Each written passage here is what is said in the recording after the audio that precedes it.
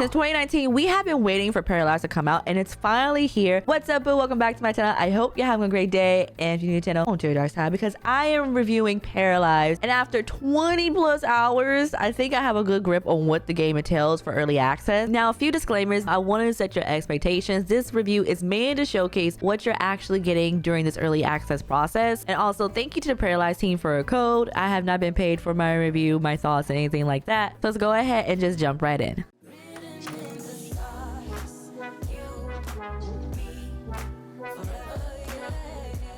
Now, life simulation games are made up of the same categories: their character creation, their building, and their actual gameplay, aka their life simulation. I'll be reviewing all three today in this video. Now, I am a gameplay girl, but I will sit for hours making an actual character. And when it comes to character creation for Paralives, I feel like they've done a really good job, mainly because it feels solid. There's so many options, so much variety, and it makes you want to sit there and do your best. And the Power Maker, or Pam for short, you can say this is their crown jewel. There's so much to explore, and it's a bit overwhelming because you can essentially do anything. Paralives has taken notes from other games, molding your powers, choosing its skin tone, using its color wheel, allows you to create anyone with its current limit. Naturally, the art style and graphics are the focus of controversy. Comic book or sketch-like, whimsical, I'm calling it, is different. However, after a while, I barely noticed it. I was too busy playing with the layering system, adding as many accessories or piercings as I could, changing the undershirt of clothing, and using the shirt tuck feature, which was really cool. One of my biggest hurdles was adjusting the UI. There are a lot of facial features you can add details to. Of course, Paralives comes with presets for the body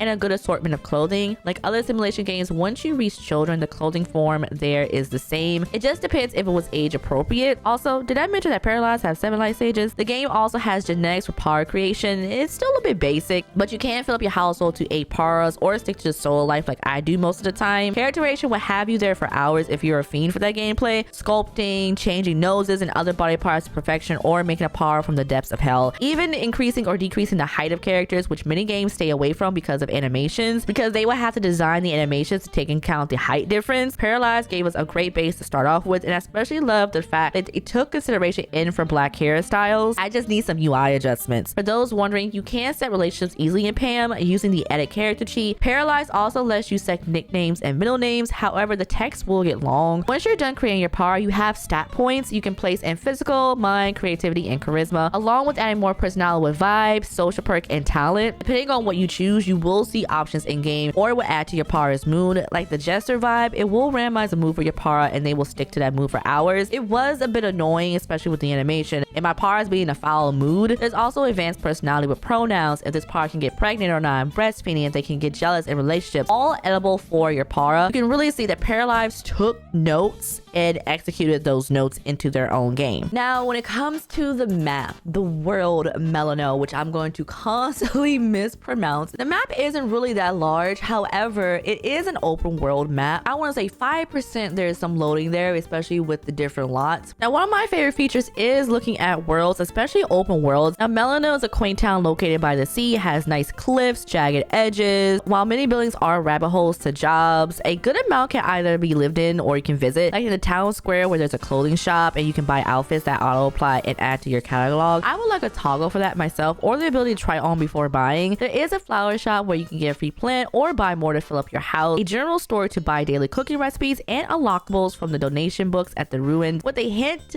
to maybe a small grocery store in the future. As lovely as the town is, you start to see some of the unfinished or coming later features. A zip line that goes into a black loading screen. Now, that isn't to say that Melano is bad. The fact that business have operating hours is amazing. The game allows you to seamlessly go anywhere. Sure, there is some slight loading of lots, but that's it. You can step out of your house or quickly zoom out, hop on the bus if your paras are too far away to travel. I will say that sometimes the paras are all out. I've seen a few at 10 p.m. and the realism that majority of the NPCs are outside breaks immersion. Restaurants are still incomplete and coming soon where you can sit and order. At the moment, you can buy food for then or use it to take out. Now, when you're looking around the world and you look at the sky, I'm gonna be a little bit nitpicky. The thing that irks me are the clouds. For some reason, the night sky is a little too artificial. They look a bit fake. The clouds are a bit too PNG for me. Team did a good job with creating this town. Trying to find my second home is a pain. Also, when clicking on lot icons, I would like to see a feature. It tells me the name of the shop and maybe its store hours. I would like to see that feature implemented soon. Monitors have already hit the pavement running, so maybe a mall will appear for this soon. Now, I don't know if this is adjustable, but the depth of field blur the map takes on when something is not in the main focus does give me a bit of a headache. I can see why they chose to do this, but hoping there was an option to turn off in the settings. Outside of you directing your para, autonomy for other objects isn't there. Paras will travel around, but there will be barely any interaction between themselves. Sure, they will go into the clothing shop and seem to be looking at options, but nobody bought anything. Same thing with the bar. Para may be in there, maybe watching TV. I say because they are standing in front of it, but you can't be too sure. There's a bar tab where you can get a drink, but it's self-service. No one else is around drinking, especially on a Friday night in a small town. Yeah, your property taxes are just right, bills are paid, but there's gotta be something to drink to. Now, I did call this a bar, but it's labeled as a restaurant, and from early on when there isn't any traditional restaurants, there's also a bottom floor for a makeshift nightclub, but barely anyone goes down there, and you can click the dance on the floor. That isn't the same as going to an actual nightclub or bar. Truthfully, they could have kept this roped off like in the general store, but if you wanted to take your paras down there, you can. At the moment, life in Melano could get repetitive fast, especially since majority of the time you are trying to wrangle your paras and the interactions are mainly on you. You may give your paras different personalities, but everyone still pulls out their phone, does some push-ups randomly, which is kind of like real life. Let's get into this gameplay though. You can't have a life simulation game and gameplay not be your biggest draw. Paralives did try to bring as many core features as they could. Starting out with Pam, you can buy your own house or own multiple jobs in the game to earn paradigms. The game's currency are mainly rabbit holes. However, you're allowed to with customizing the schedules, time and day. You can go if it allows. There are also job perks where you can either increase your rank or add some story elements like being fashionably late that allows you to arrive 1 hour later with no impact to your salary. Most glaring thing you will realize is the overall UI. It does need some work. Feels a bit unbalanced with the left side doing the heavy lifting with options like character info, relationships, and inventory,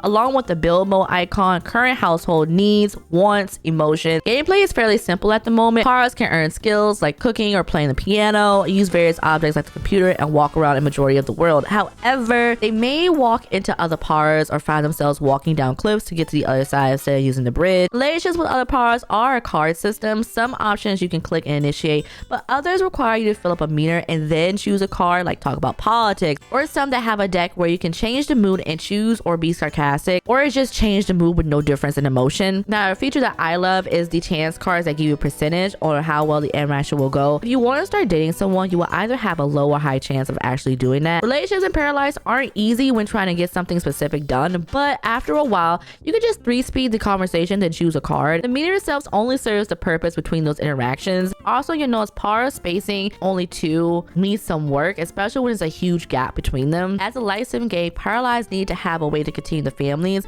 Pregnancy in the game is in its infancy, pardon the pun. You can actually set the percentage chance for pregnancy in the game. It took my para about 3 or 4 times with a 50% chance to get pregnant. The 3 trimesters went by pretty fast with the current setting I had, and going into labor was straightforward. My para gave birth in the middle of the road, so that was actually hilarious. As far as babies and toddlers go, you can also set how long they stay in life state. After a while, the babies did get a bit annoying, but I had multiples. There was a huge glitch or bug where they would end up upside down at certain points, like in the ground, in the crib, or in my para's arms. More funny than anything. However, I did spend a lot of time choosing to unstuck them. Babies can crawl around and toddlers have the ability to use the training potty. Defeating the high chair for toddlers needs more work. I don't know if the animation is supposed to be a few seconds long, but I had to span the interaction so the food meter went up for their needs. Saying that though, toddlers were very realistic. Crying actually screwed up my ovaries again. If you want an effective birth control, let the toddlers and Paralives cry for a while. Now, schools in the game work a bit like jobs. There are perk cards, but there are also different subjects with their own grades. You'll have to do some balancing with the grades, especially if you have multiple kids. I don't know if this is a con or pro yet. However, it is very realistic. Similar to what I mentioned for World, you will be doing a lot of the babysitting for your paras relationships. Expecting them to really go forth and talk to each other isn't in the game as much, especially with autonomy besides pulling out the phone. Multitasking is minimal when it comes to animation. For some multitasking, my paras were just sitting still. Paralives does have some whimsy gameplay, daily newspaper where you can see what's going on in the world, yoga in the park, or get some money. The book pages at night to continue your story, giving you a job promotion, a bonus, or setting you up with an para, random fires when cooking and spreading throughout the house to show some destruction. I would love an update to the fire graphics and faster spread after a while. Paras can also get sick, school, or work and need to go to the hospital. Random graffiti in front of someone's house makes you think about what's going on, and a mirror crash randomly to gain a new collectible. Paras not wanting to do anything if their needs are low, or someone dying and they having to drop in mood, even locking some needs because they will ignore them like in real life. As someone who can't build to save their lives, I found Paralives build mode not that bad. I did rage for a full hour because again, I don't know what I'm doing, but towards the end and once I had a vision, everything was fine. I will say there is a learning curve, especially if you are used to building tools from other games. Also, trying to make designs like foundation is a pain because there really isn't a mechanic. You do have to use some workarounds to make things just right, and even then you'll find some glitches or some bugs or things just not going the way they should. The push-pull mechanic for walls is nice, but sometimes frustrating when trying to line up floors. You can still see this is a work in progress and maybe a bit more time went into the character creation. I will say the ability to grip and completely change objects width and height is refreshing mechanic. I've caught myself multiple times adding additional objects when I can just grab and drag. Placing railings on stairs was a nice touch. You don't draw them, but there is a feature you can toggle to auto place. Now, speaking of auto placing, the fact that we can't have different floor tiles and wall paves with open concept is annoying. I think there is a invisible wall you can place, but the fact that I have to use an invisible wall and not just do it kind of irks my nerves. I have to make rooms that even try to use half walls doesn't work. All this can be fixed later on in the game's lifetime, but at the moment for the price tag during early access, you'll have to deal with it. The furniture catalog was adequate. I love the fact that we can upload our own swatches for wall art, can use the color wheel on just about anything, easily enlarge items and play around with furniture. The fact that I can place throw pillows without having to do a bunch of cheats was amazing. Now, when you place certain furniture, you do expect it to function. However, clicking on the stove and microwave doesn't do anything. You cook only if you have the fridge. The coffee machine has a mod to make that functional, and sometimes when looking at elevated floors, you'll notice some glitches. Lucky for me, I haven't had any glitches or stuttering, and the responsiveness of placing, adjusting, adding, and removing was fluid. And that could be because I do have a very high-powered machine. Will I continue to try to build something in Paralives? Sure. Will it be something you will want to put in your game? Probably not, because I can't make a floor plan to save my life. If you're a builder, however, you're going to enjoy it at the moment, maybe with some frustrations, but I feel like you will still enjoy it. And again, I mainly made this review so everybody knows exactly what they're getting. Even when it's discounted price, some people may still think it is a lot, and as someone like myself who has played a lot of early access games, too many times I get the game, hype is all the way up, but then as time goes on, the hype slowly goes down. As far as early access games go, Paralives has done well for a base. I've seen a lot of the games crash and burn, or they were just simply cash grabs. Paralives is its own. You can see similarities and inspiration from other games, but they also incorporated many features that are unique to them. With its momentum after release, time will only tell if the team can keep interest with its base while giving updates to the various bugs, glitches, and improvements with more core features and adjustments. At the moment, Paralives is still a work in progress, even with its character creation and build mode. The gameplay is still lacking. I say a few more months focusing on gameplay would have helped a bit more, but we don't live in that timeline. As someone who plays a bit of early access games, hype tends to die down within a few weeks, even sitting here waiting for new features after everything gets repetitive. Overall, if you have no problem with bugs and glitches, your main thing is character creation, or you just want to build something, check out Paralives. That is the end of this review. I hope you enjoyed. Let me know in the comments below what you think of Paralives. Have you played it? Are you still waiting for more updates? Is it something that you're just not interested in? If you want more Paralives, make sure you check out the overall playlist. Don't forget to like, subscribe, and turn your notifications so you never miss an upload. And if you made it to the end of this video, put the